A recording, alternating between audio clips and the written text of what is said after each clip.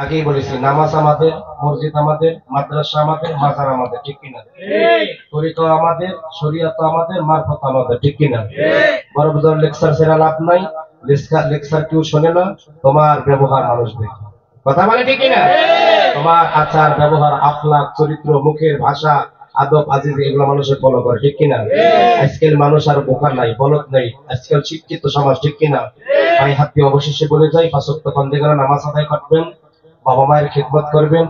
বাবা মায়ের খেদমত না কইরা যদি মক্কা মদিনার ইমাম সাহেব ফারুক মৌলভী হও, 2 টাকার কাজে আসবে না, ঠিক কিনা? বড়কে সম্মান, ছোটকে স্নেহ করতেই হবে, ঠিক কিনা? ঠিক কিনা?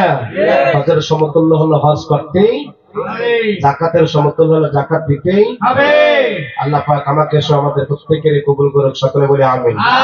আরো জোরে বলে আমিন, আরো জোরে বলে আমিন। ওয়া আখিরু দাওয়ানা আলহামদুলিল্লাহি রাব্বিল আলামিন। আসসালামু আলাইকুম ওয়া রাহমাতুল্লাহি ওয়া বারাকাতুহু।